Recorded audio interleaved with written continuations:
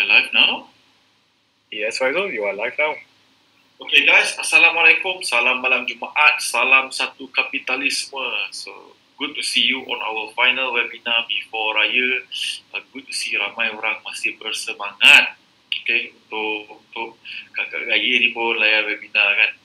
So, like I said, I think our content has gone a lot more detail, a lot more in-depth. You dah dengar banyak benda baru yang you tak pernah dengar sebelum ni, cerita pasal pelaburan tanah. Sebab all the while, maybe the benda basic yang you pernah dengar is that cash flow, okay? So sublet, so benda-benda tu is benda-benda basic, so there's nothing wrong with that, it's just basic sangat. So I think semenjak you dah join FRPG ni, you dah dengar banyak konsep-konsep yang baru, konsep-konsep yang alien yang whereby you tak pernah dengar, tak pernah pertimbangkan. And now, you dah kena mula pertimbangkan.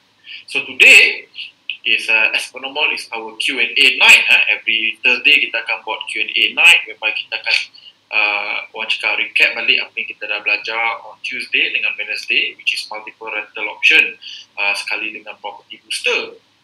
Okay, and then kita nak gunakan property review. So apa yang korang tengah nak beli ataupun korang dah beli, to then go and say, okay, kalau ikut konsep, for example, property booster dengan konsep multiple rental option ni, where is it on this particular property, right?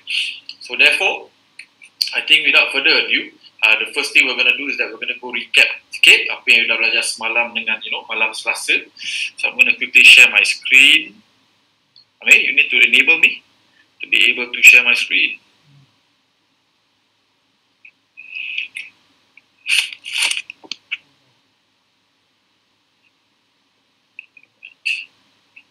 Okay. Okay.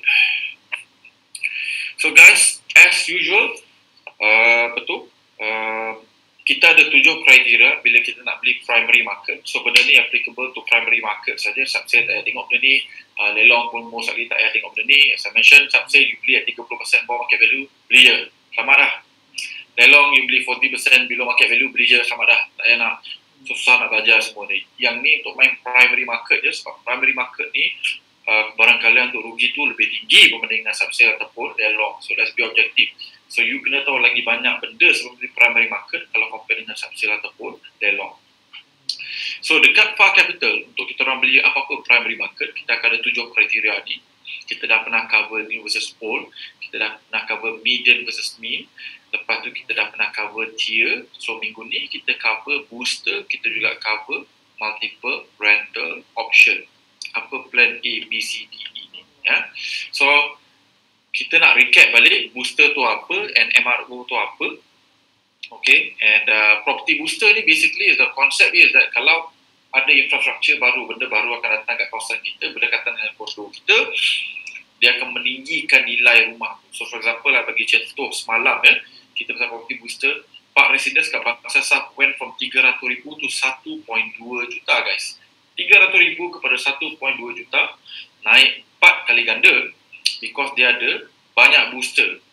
Jobs ada, dia ada hotel, dia ada 3 mall, daripada kosong mall kepada 3 mall. Okay, and then dia ada accessibility better. LRT tu memang dah ada, so not really a booster tapi membantu sangat orang yang memang tengah duduk kat sana. Right? So with that, harga rumah dia naik luar biasa in the last 10 years. I cannot find another condo yang naik harga sampai 4 kali ganda. So, Park Residence ni rare gila. And kenapa dia naik sampai 4 kali ganda, kalahkan yang original kat Bangsar. Sebab Bangsar South ni kan copycat kan, celup kan. Tapi dia dapat kalahkan kondo-kondo kat Bangsar tu sebab dia Bangsar South ada lebih banyak booster berbanding dengan Bangsar. Sebab Bangsar dah matang, dah mature, dah tak ada apa dah guys. Dah ada 3 mall kat sana, dia tambah mall keempat tu tak membantu pun. Okay, MRT sampai kat Bangsar tak membantu sebab apa? Memang harga dah mahal.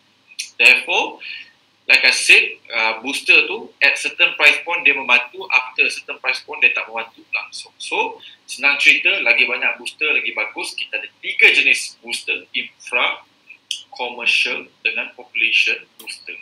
So, kalau ada 3 benda ni macam Bangsar South, macam Setialam, boom, harga rumah akan naik lebih daripada biasa. So kalau orang lain dapat 2 kali ganda, kita dapat 3 kali ganda. Orang lain dapat 2 kali ganda, kita dapat 4 kali ganda. So tu tujuan nak beli property yang ada booster. Okay. So macam ni saya cakap dah, Bangsa Sau dengan Siti Alam kenaikan harga luar biasa berbanding dengan jiran dia, which is Pantai Dalam, which is Batu Kelang. So therefore, booster ni sangat penting kalau you nak dapat kenaikan harga lebih daripada purata ataupun average. Okay. Now, cerita pasal booster, dia ada 3 golden rule dia.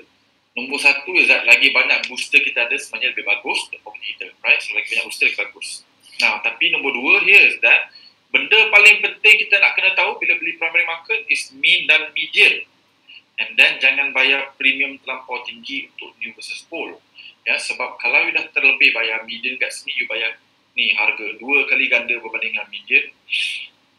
You bayar 50% more premium new versus old. Tak ada satu booster pun yang boleh bantu you buat duit.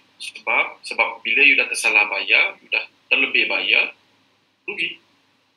Datanglah booster 50 pun tak ada boost juga kat kau. Okay. So, therefore,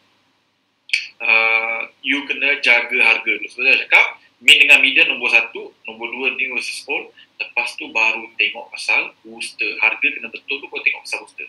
Okay. Third one is that, kena faham bukan semua booster yang orang cakap sebagai booster tu sebenarnya adalah booster. So, for example, kalau you letak MRT station dekat Damansara Heights, tak membantu pun orang-orang kat Damansara Heights, simply because harga rumah dah 1,000 per square foot. TTDI, letak MRT, tak membantu pun. Okay, sebab harga rumah memang dah mahal. So, if harga terlampau mahal, right, therefore, dia tak membantu pun bila ada booster ni. So, you kena faham harga median berapa, and then beli bawah pada tu, lepas tu hopefully ada beberapa booster yang boleh bantu you dapat, 20%. 40%, 50% extra compared to your kawan-kawan yang beli tempat lain. Okay. So, and then property yang kita orang tengah beli hari ni, majoritinya adalah minimum kena ada 1 booster. Okay. Yang grade A paling power, kita ada lebih daripada 5 booster. Grade B paling power pun ada lebih daripada 5 booster. Yang paling utama adalah MRT dengan jobs. So, whereby beribu-ribu dan berpuluh-puluh ribu jobs yang bakal create kat kawasan tu, therefore meninggikan demand kepada property yang bakal kita beli. So ni guna contoh based on apa yang kita beli. Dan second thing, kita cerita pasal multiple rental option. So maksudnya bila you beli property tu, you ada plan A, plan B, plan C, plan D untuk sewakan property tu kalau tak boleh nak jual. Okay. So, apa yang kita cakap pasal multiple rental option is that kalau property kau cuma boleh dapat satu je cara untuk sewa untuk buat duit, that means that property is risky. So, maksudnya beli pada harga yang salah, property tu risky proposition dia.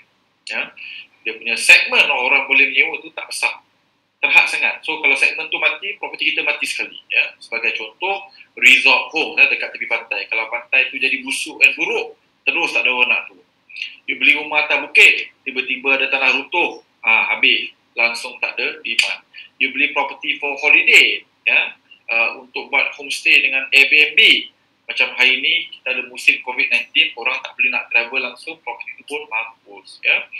Sewa tak sampai 10% daripada installment. Okay. Dan nombor 2 adalah, whatever it is, you tak boleh beli property yang you tak boleh dapat cover minimum 70% daripada installment on regular rental. So, multiple rental option kan kita ada 8. Okay. Tetapi, kalau sewa normal, boleh finish normal tu, you kena cover minimum 70%. Of course, kalau cover 100%, 130%, lagi bagus. Ada klien kita. Tapi, minimum kena cover 70%. Okay, minimum 70%. So, anything bawah dari 70%, kalau you ikut rule investment I, haram. Jangan masuk. So dia bukan even was-was ataupun ada orang cakap pencegahan kasi tak ada, haram. Bawah 70% pada repayment, haram terus. Sebab memang property sebenarnya tak bagus. Okay. So kita ada 8 rental option and basically lagi banyak rental option yang property yang you ada ni lagi bagus lah. Satu is that you nak beli property yang ada kepelbagaian penyewaan. So maksudnya orang single boleh duduk, student boleh duduk, family boleh duduk, professional boleh duduk, orang yang datang untuk tourism pun boleh. Okay. Nombor 2, you nak beli property yang kalau boleh, target market dia dapat kat local majority tapi ada peluang untuk dapat expat juga. Expatriate ni ada 2 jenis. Satu macam rakan-rakan negara saya daripada Rohingya dan juga Bangladesh, itu bukan expat yang kita nak. kita nak the Korean, the Japanese and the non-putih and apa semua tu, yang boleh bayar sewa 3-4 ribu ni, right? So kita nak expect yang level tu, right? And then kita nak juga kawasan yang strategik whereby kita ada peluang untuk sewa short term, sebulan, 2 bulan, 3 bulan, medium term, 3 hingga 6 bulan, lepas tu long term lah, maksudnya 1 year dan above, right? Lepas tu kita nak juga ada option whereby kalau kita boleh sewa kepada satu penyewa, maksudnya one whole family, tanpa nak pecah-pecah bilik ke apa ke kan, one single family, boleh tak cover minimum 70% pada installment. So tu rule wajib 70%. Okay. So kalau boleh, okay. Lepas tu you juga nak ada option sebab demand tinggi kat tempat tu, nak sewa per room boleh, nak sewa per kepala pun boleh. So kalau tu you nak buat boleh. Faham tak? Tapi maksudnya nombor 4 tu single tenant tu dah ada. Tapi kalau you nak tinggikan sewa, you boleh buat per room, you boleh juga buat per head. Lepas tu yang baru-baru ni punya option is that you nak beli property yang boleh buat Airbnb. Okay. So maksudnya kawasan tu strategik, rumah tu lawa, whereby orang kalau nak datang ke KL, dia tak kisah duduk kat situ sebab view the best, pool the best dan apa semua tu. Ada demand orang tak bayar 1.5 satu malam studio. 200, 300 sebab ada rooftop pool. And then paling last sekali, yang I think it's going to be the biggest growing trend the next 5 tahun adalah benda ni yang kita panggil co-living. Right? So co-living ni senang cerita sublet mewah. Right? So sublet mewah whereby orang tu sanggup bayar 800 hingga 1000 per bilik. 1,200 pun ada per bilik. And dia sanggup bayar sebab it's not just katil dengan almari. So number 1 rumah lawa, number 2 community tu ada aktiviti tersendiri yang whereby dia boleh dapat dekat co-living tu je. So all these option, co-living paling rare, bukan semua tempat akan ada co-living. So untuk klien Far Capital memang ada kelebihan tu, but yang kat luar majority memang tak ada. Okay. So inilah 8 rental option. So lagi banyak rental option yang kita ada untuk property kita beli tu, lebih selamat property kita. So ingat lagi banyak rental option, lebih selamat. Okay. Lagi kurang rental option, lagi tinggi kebarangkalian nak mati daripada property. Okay. So sekarang ni kita nak buat, kita dah habis recap. So I nak basically review property using booster dengan RMO ni ataupun apa tu, MRO, multiple rental option. RMO pula dah jadi restricted movement order lah pula. Inilah masalahnya, bahaya tak cukup tidur. Okay. So macam biasa, I akan compare dengan property yang kita orang sedang beli daripada segi booster, lepas tu daripada segi dia punya rental option So guys, I akan tengok satu persatu. I dah pilih lebih kurang, patutnya jawab 5 hingga 10. I nak jawab 12 malam ni. So korang berpuas. Okay. So there's this lady called Awanis. Dia sedang nak beli cubic botanical residence. Harga dia adalah 821,000.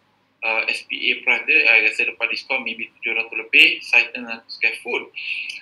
Dia partly finish, dual key, boleh jalan kaki ke KTM, 1 station to Maple-Leafs, 2 station ke KL Central. Okay, first and foremost, ini bukan Bangsa South, ini basically kawasan pantai lah. Okay, let's be clear.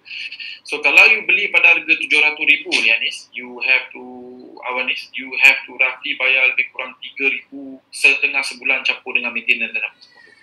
So untuk kawasan ni, sebab you tak ada LRT, tak ada MRT, I think it's going to be quite hard untuk you dapatkan sewa yang boleh cover. Daripada segi booster juga, kita orang tak berapa suka Bangsa South satu dia sebab kawasan tu dah matang. Dia bukan macam dulu. Dulu MRT nak ada mall nak keluar apa semua tu. And again, this is not Bangsa South, right? This is just some part of Pantai Dalam, right? Memang dekat dengan Mid Valley tapi tak boleh jalan kaki, right? So you kena drive, right? So KTM for me it's not the same as other LRT, definitely not the same as other MRT, simply because KTM ni lambat sikit. Okay, you can wait half an hour. My experience dulu naik KTM, I tak tahu sekarang ni dia punya tu dah improve, tapi property dekat KTM dia memang tak sama langsung macam property dekat LRT ataupun MRT. Now, so with that, bila kita compare, for example, benda yang kita orang tengah beli hari ni kan, sebagai contoh kan, if I gunakan contoh nombor 3 ni kan. Okay, ini. So kita orang tengah beli ni pada harga RM700 per square foot. So and it's freehold compared to apa yang you tengah beli ni. And you tengah beli roughly about 750 hingga 800 ringgit per square foot. Kita orang ada 3 LRT dengan MRT station. So ada MRT1, MRT2 dengan Star LRT. Semua boleh jalan kaki. Ada 4 mall boleh jalan kaki within 1 km radius. Memang sebelah mall pun ada. Therefore, I think what we are buying is much better lah dalam apa yang tengah nak beli ni. Right, so apa tu? I wouldn't buy this. From a booster point of view, tak ada multiple rental option sebab dia KTM. So KTM you tak boleh Airbnb is out. You boleh sewakan kepada orang lokal. So you boleh sewakan. So the good thing about 2 key here that you tak perlu sewa kepada satu penyewa je, you boleh sewa kepada 2. So that's good. So rental option roughly ada 3. Yeah. So you boleh sewa by whole unit. You boleh sewa to 2 different tenants. I think the Airbnb option tu will not be available. Tapi this place I don't think you akan dapat expect. So I think you ada lebih kurang 2 rental option. Ya, kalau dekat dengan KTM ni. Right? So tu property yang pertama. Okay, so property yang kedua adalah Serado Southville City. Rumah 3 bilik, 364,000. Okay. So kalau nak cerita pasal booster, dia tak ada booster yang I tahu kat kawasan tu yang you boleh jalan kaki ataupun berdekatan dengan kawasan. Okay. So therefore LRT tak ada, MRT tak ada, KTM tak ada. So public transportation confirm tak ada. Your target market memang lokal sahaja. You takkan dapat betul. Target market memang lokal saja. You nak buat short dengan medium punya term punya rental macam tak ada. So basically you ada long term rental saja. The demand for short to medium term memang tak ada sebab there's no attraction katanya. Single tenant akan ada tapi dia akan jadi negative cash flow lah. Sebab I think people are renting at between 900 to about 1,000 tu. So kalau you beli pada harga 364,000 tu, you are buying property yang negative cash flow. I don't know if you can do rental per room ataupun per head kat sana, simply because the demand kat sana. Satu, more than 3,000 unit, memang banyak gila unit kat sana. And nombor 2 is that daripada segi job creation tu tak ada. Okay, so I don't think you can do Airbnb kat sana sebab there's no tourist attraction kat sana. Co-living memang tak boleh lah, right? So therefore your rental option is roughly limited to betul, you akan dapat family boleh, you akan dapat professional pun boleh sebab I pun ada staff yang tengah duduk kat sana. I think dia bayar tak sampai 1,000 pun, tapi dah pindah lah pergi Mount Kiara, dia tak tahan nak travel dari sana. So for this property you basically ada 2 saja rental option, single tenant kepada families dengan professional, right? So tu Serado Southville, negative cash flow, tak ada booster, median pun tinggi. I've got not much things to say lah kat sini kan, prospek dia. Nombor 3 adalah daripada Abu Biliman, Sinaran Wangsa Maju. Sinaran Wangsa Maju, boleh jalan kaki pergi LRT, rumah 2 bilik, net harga 450,000, 735 square foot. So Sinaran Wangsa Maju ni roughly about 600 plus per square foot. It's not bad. Your rental option will be, you ada single boleh, student boleh, family boleh, professional pun boleh, local and some pun I expect pun ada. Yang ni ada single tenant per room per head pun boleh buat. Airbnb I am not sure, sebab dia tak ada a really unique thing macam rooftop pool macam dekat Hamilton. Co-living memang tak ada. Okay, so at least yang ni ada 4 atau 5 rental option. So from rental option punya point of view is quite good. Tapi dari segi booster, actually quite limited. I don't know if there's any new mall ataupun MRT coming up to Wangsa Maju. I don't know if there's any jobs yang akan kena create kat sana. So basically booster tak ada. Which is why, for example, while we think it's okay, RM600 per square foot quite fair untuk Wangsa Maju, tapi sebab tak ada booster tu, dia basically macam ni lah. Kalau Wangsa Maju naik 5%, property tu akan dapat 5%. But will Wangsa Maju outperform area yang akan terima MRT station? Ada, macam for example macam yang ni kan, yang kita tengah beli. 700 per square foot is only RM100 per square foot more than, let's say for example, Sinaran Wangsa Maju, tapi there are so much jobs being created. There are so many better malls within walking distance, and apa tu, and ada 3 LRT dengan MRT line. So with that, I think They are better properties, but this is not bad. Dia cuma tak ada booster lah untuk tinggikan lagi property tu. So dia dah sampai tempoh matang at nak RM600 per square foot tu, it will stay for long time unless kita ada property buran, dia akan naik sikit. Rental most likely akan jadi negative cash flow sedikit, lebih kurang 500. And then okay, itu nombor 3 dah First tadi Cubic Botanical, nombor 2 tu Serado dekat Southville, nombor 3 Senarai Wangsa Maju. Nombor 4 adalah Meta City. Okay, Meta City ni studio unit dekat Seri Kembangan, sebelah MRT station. Dia jual roughly pada harga RM570 per square foot in terms of the studio. So for me, studio ni dia punya rental option tu, kalau saya tengok kat sini, okay, you kan ada target market luxury students pun boleh, sebab dia dekat dengan Cyberjaya apa semua tu. Dekat Cyberjaya pun dah banyak studio. So therefore I don't know, right?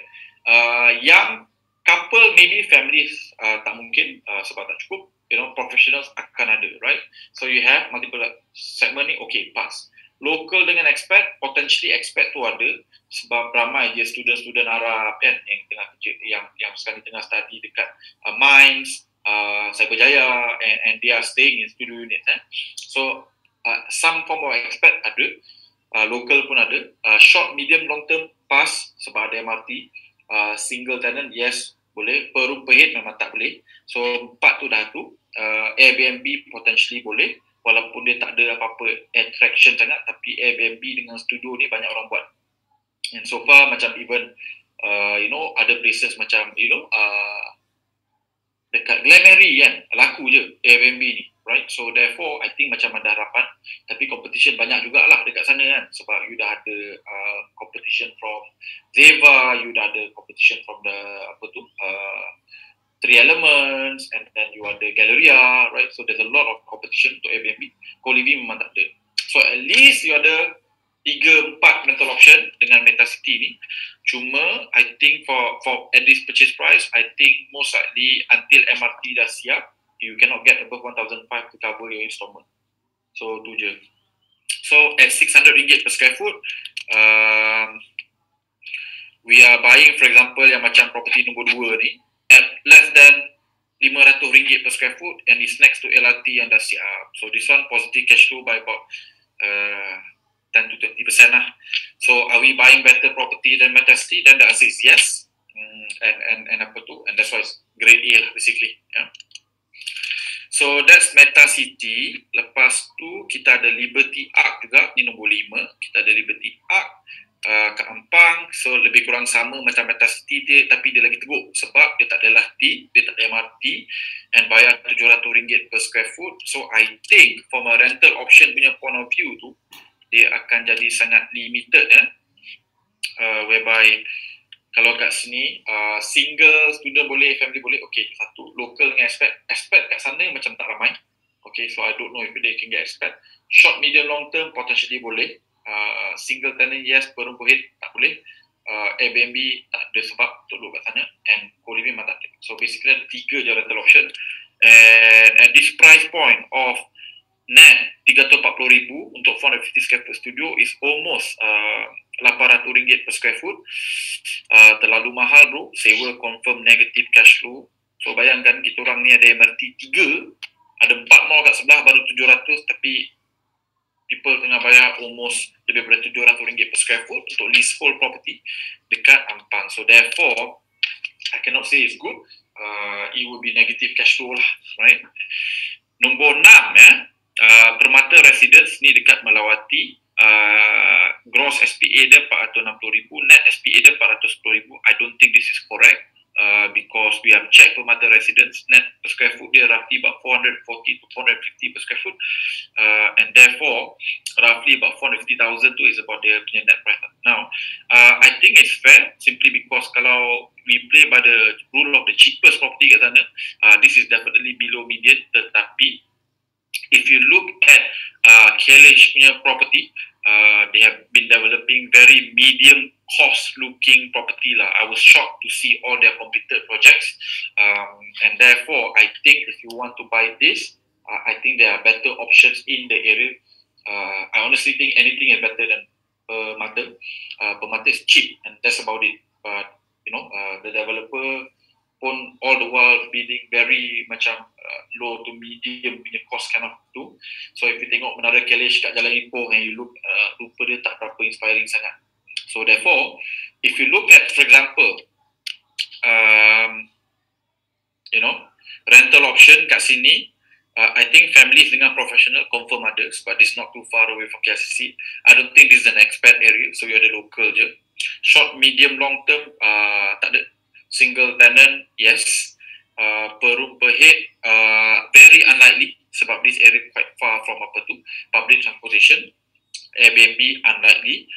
Co-living pun tak ada. So basically ada dua saja rental option, very likely to get 1,800 to 2,000 kind of rental, so slightly negative cash flow for Permata resident ni.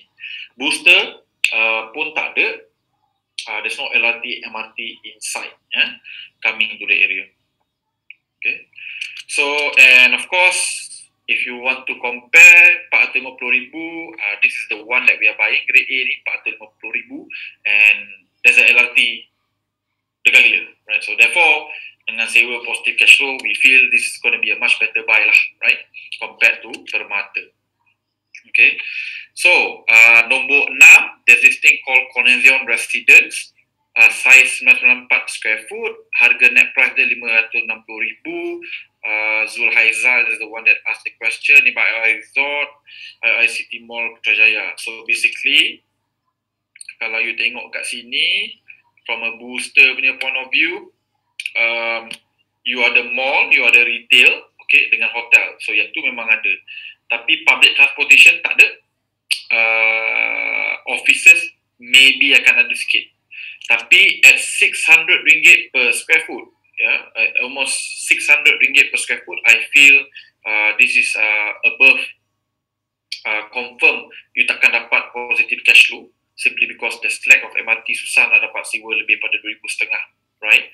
So first, negative cash flow, and then of course if you tengok at roughly about RM600 per square foot, this is the grade B that we are buying, yang ada MRT, ada mall, ada new highway,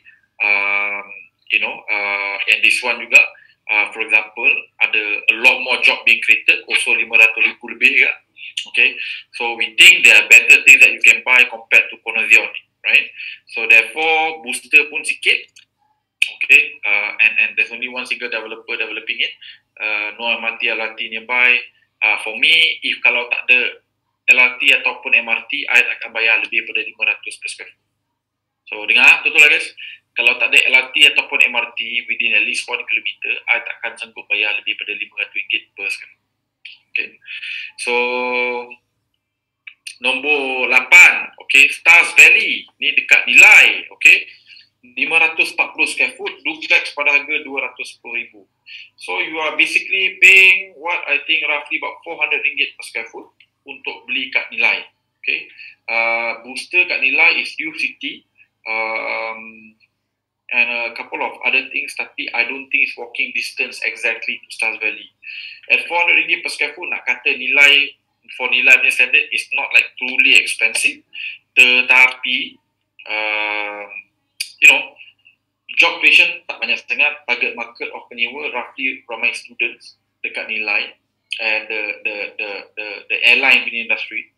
So therefore, I'm not sure if you beli hari ni with this COVID-19 ni, these two segment will do okay, Okay, so maybe lepas 3-4 tahun benda tu dah set, maybe it's gonna be different, but I don't think it's safe enough lah, sebab your target market tu kecil sangat, right? So if you look at, for example, your tenant profile, okay, you cuma ada students, singles, family dengan professional, unlikely untuk duduk kat sana, mostly local.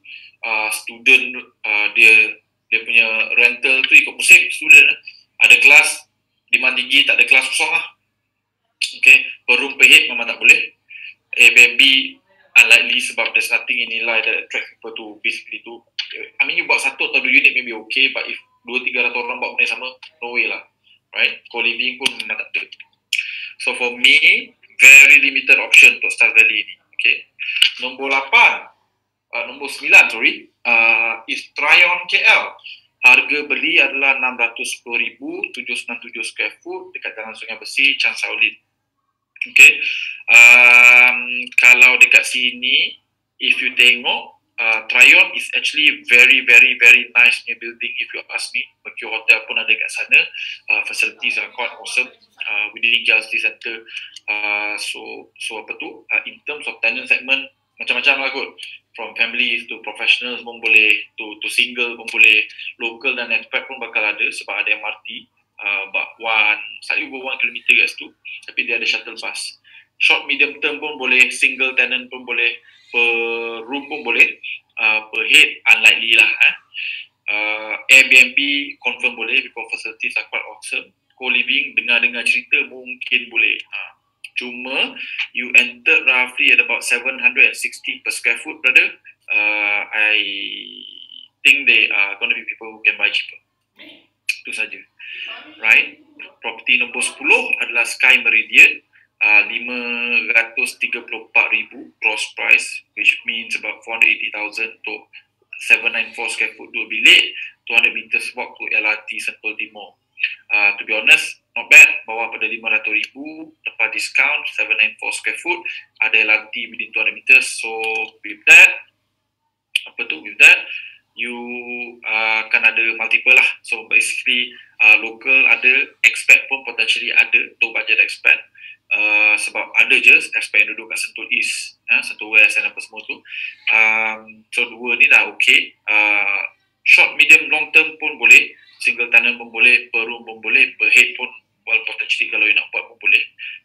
Airbnb pun potentially boleh sebab facility dia quite okay. The only thing yang tak ada is co-living. So yang ni banyak gila lah rental option sebab ni by LRT. Okay, tapi at lebih kurang 600 per square foot, 500 plus per square foot dekat Sentul, I think there are better things lah. And for example, the one that we are buying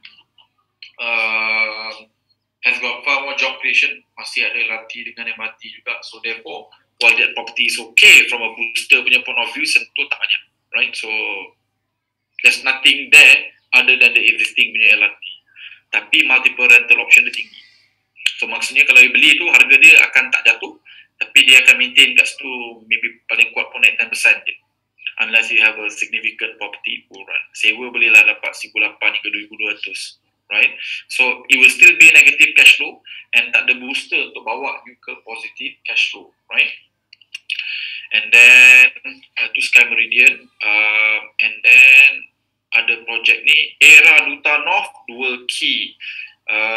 Net price dia is 830, roughly about RM650 per square foot, right? RM650 per square foot.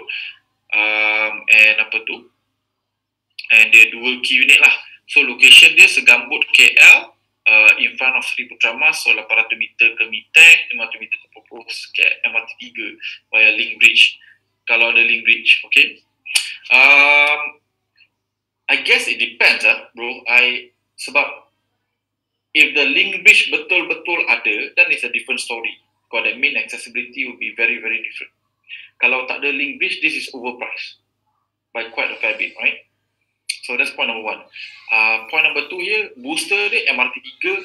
First, MRT 3 tu kena ada, right? MRT 3 tu kena ada, and then kena ada Link Bridge. So you need these two booster for you to justify this price point. Okay. For that area, I wouldn't say too expensive, tapi it's really not cheap lah, right? And to put things into perspective, this one is in proper Duta Mas. Boleh jalan kaki pergi KL Metropolis by 20 meters, right? So in fact, it's just next 20 meters to do, and we are buying at below RM700 per square foot for freehold. So with that, at net price pun 700,000 tak sampai versus this one 830,000. We think this one is a much better buy. Cash flow pun will be positive. Jobs, kalau you ada Link Bridge tu, whatever jobs yang ada untuk grade A ni, you pun akan dapat. But otherwise, your booster ni only berlaku kalau ada Link Bridge tu. So if the Link Bridge is gonna happen, then booster tu you akan dapat. So apa benda yang grade A yang kita dapat booster ni, you akan dapat sekali. If the Link Bridge happens. So otherwise, might as well, macam for us, we are buying this one terus at below RM700 per square foot. And tanpa Link Bridge pun memang you akan dapat. right? So we think there are better things, better buys. This one, for example, tanpa booster apa-apa pun, tapi well, sebab you dah beli bawah pada median and cash flow you akan jadi positif, right? So we think these are basically better buy lah compared to Era Duta. So nombor 12 is Legacy Kampung Baru. Okay, pada harga 700,000 untuk 3 bilik. This is walking distance to KLCC menggunakan I think buat Paloma ataupun Saloma punya bridge, pun dah lupa. Is it Paloma? Pun dah lupa. Betul kan lah dekat ruang komen. So yang ni Kampung Baru, if you are talking about rental option, okay, I think should be okay. Cuma your rental option most likely be limited kepada orang Melayu, professionals, families dengan professionals yang kerja kat kawasan KLCC. Expat memang tak ada. So yang ni short, medium, long term macam potentially ada sebab proximity pergi KLCC tu ada. Single tenant pun boleh. Per room I think kau boleh. Airbnb macam unlikely sebab well, di Kampung Baru lah. And dia ada banyak lagi option orang KLCC tu. Co-living memang tak ada. Right, so with that, you ada 4 atau 5 rental option. So kalau cerita pasal booster pula, Kampung Baru, it depends lah sebab Kampung Baru punya booster ni lambat sangat lah. Daripada mula-mula melabulah tanah cerita pasal Kampung Baru punya development until today, tak ada. Right, so therefore, it's very hard to say sebab kalau ikutkan based on Kampung Baru punya master plan, the 15 to 20 year punya master plan, means Kampung Baru tu macam supposed to be like this mega polis for Melayu, right? But it remains to be seen benda tu diorang boleh execute ke tak sebab tukar kerjaan gaduh pasal Kampung Baru, right? So therefore at roughly 650 to 700 ringgit per square foot, there are just many better property you can buy with better boosters and it's not just orang Melayu je boleh beli. So my problem with Legacy here is that is above 650 per square foot, right? And at the same time hanya orang Melayu je boleh beli. So that means if you want to sell, you only can sell to orang Melayu juga. So I think the rental will not be too bad. It will still be negative cash flow sedikit. Tapi booster banyak what if, So we don't know if it's going to happen, right? But there are just other things you can buy cheaper yang tak ada kekangan orang Melayu je boleh beli. Right? So therefore I would buy those things lah, macam yang grade A ni, macam yang grade B ni, booster lagi banyak. And semua orang boleh beli sebab it's freehold and dia tak ada kekangan lah. You dah boleh jual kat semua orang, nak exit pun senang, nak sewa boleh sewa siapa-siapa, right? So therefore I think there are better things lah you can buy selain pada Legacy. Okay, I dah buat 12 actually, so I'm going to give you 2 lagi, right? So the Birch dekat, I think this is dekat Jalan Ipoh. We like it. It's not too bad sebab ni 3 bilik, 819 square foot, net plus 540,000. So boleh jalan kaki pergi MRT. So we think there's some form of upside because ada MRT and it's in KL. Rental option banyak. You can sewa kepada expat pun boleh, you can sewa kepada local pun boleh, you can buat by kepala, you can buat by bilik because you are walkable to MRT. Airbnb maybe not sebab facilities dia biasa saja. And I'm quite happy lah to see people buying Birch at 550, 600 ringgit per square foot because we bought something cheaper a couple of years ago kat sana, right? So we think it's not bad. Otherwise kita pun takkan beli benda tu beberapa tahun lepas, but today we think they are better buy lah at 550 to 600 ringgit per square foot compared to Jalan Ipoh. Okay. Last kali is Miller Square, 620k for a 680 square foot dekat Jalan Kelang Lama. So this is, I think is either 1+1 room ataupun a 1 bedroom. So 900 ringgit per square foot kat Jalan Kelang Lama, tak ada LRT, tak ada MRT, tak ada KTM. So I think it's going to be very hard to get break-even rental kat sini. Rental option pun quite limited. Simply because you are actually limited to most likely Chinese families or professionals dekat Auckland Road. Expat tak ada sangat. Short, medium, long term maybe boleh. Single tenant yes. Per room yes, sebab ada maybe +1 room kat sini. Airbnb potentially boleh sebab I think this developer quite okay in the facility. Co-living memang tak ada. Tapi booster kat Auckland Road is very limited. So therefore, if you already pay close to 900 ringgit per square foot and you tak ada booster, and we are paying like 600, 500 plus per square foot, and there's better booster yang boleh dapat positive cash flow. Again, there are better properties that you can buy today lah, right? So that's all I can say. So guys, I have completed in total, instead of the promised 5 property review, I dah buat 14. Okay, so I hope you now understand a little bit how to pakai benda ni, right? And how to pakai multiple rental option to evaluate, whatever that you are buying, and apa tu, and then you boleh tengok juga booster. What you are buying ni kadang-kadang is okay, tapi tak ada booster yang tadi kat Kota Maju, yang kat Dalai Post. There's just not much except for one or two booster. So you want to buy things yang lebih kurang harga sama tapi the booster ada 3 atau 4. That increases your probability, okay, your probability untuk buat duit, right? And for multiple rental option, macam I cakap tadi, if you buy things in Nilai, there's very small segment. If you buy things in, let's say for example, Auckland Road, it's normally limited, or Kampung Baru is normally limited to macam satu bangsa, either Chinese ataupun Melayu, normally, simply because the area is like macam, it's a nice area tapi satu kaum je suka duduk sana. And for me, I don't like it. I don't like to buy an area whereby there's only one race. So that's why I don't buy Shalab. I don't buy Bangi. Simply because there's one Malay, right? I don't buy Sentul dulu, even though I'm a Sentul boy, simply because, growing up, Sentul is like an Indian area, right? So I don't buy a lot of things whereby you ada satu je target market or bangsa untuk sewakan. And I want to be able to rent the property to as many bangsa expat as possible, because if you have more options, you get more rental. Full stop. Okay, point number 1. Point number 2 here, if you buy nearby public transportation, you have a lot of rental possibility.